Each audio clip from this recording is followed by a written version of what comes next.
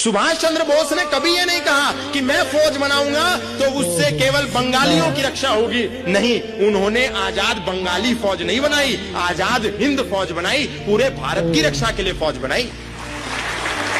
भगत सिंह ने कभी नहीं कहा कि मैं सिखों का क्रांतिकारी हूं, केवल सिखों को आजादी दिलाऊंगा, केवल पंजाब आजाद होना चाहिए। भगत सिंह ने पूरे देश को आजाद करने के लिए अपनी आवाज उठाई। लाला लाजपत राय जब लाठी खा रहे थे तो केवल लालाओं के लिए नहीं खा रहे थे, पूरे देश के लिए खा रहे थे। छत्रपति शिवाजी महाराज केवल महाराष्ट्र के लिए नहीं लड़े, तमिलनाडु तक जाकर के उन्होंने विधर्मियों के साथ युद्ध लड़े। तो छत्रपति शिवाजी महाराज केवल महाराष्ट्र के कैसे हैं? छत्रपति शिवाजी महाराज तो पूरे संसार के हैं। छत्रपति शिवाजी महाराज ने कभी ये नहीं कहा कि मैं केवल मराठियों का हूँ, केवल मराठियों की बात करूंगा, केवल मराठियों के लिए युद्ध लड़ूंगा, मराठियों को बचाऊंगा। छत्रपति शिवाजी महाराज पूरी दुनिया के हिंदुओं के लिए लड़ते रहे।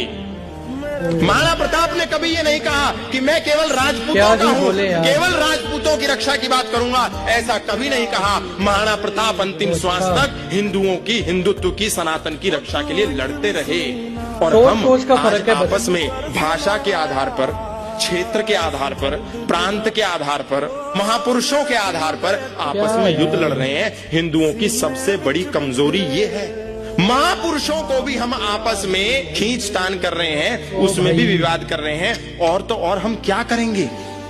आज हिंदू समाज की सबसे बड़ी विडंबना केवल ये है कि उन्होंने अपने महापुरुषों पर भी अपने पेटेंट कर दिए। इससे भयावह समय इस देश के लिए, हिंदुओं के लिए कभी कोई नहीं हो सकता। बाकी आप इस बारे में क्या कहना चाहोगे? कमेंट सेक्शन में जाके जरूर बताइएगा।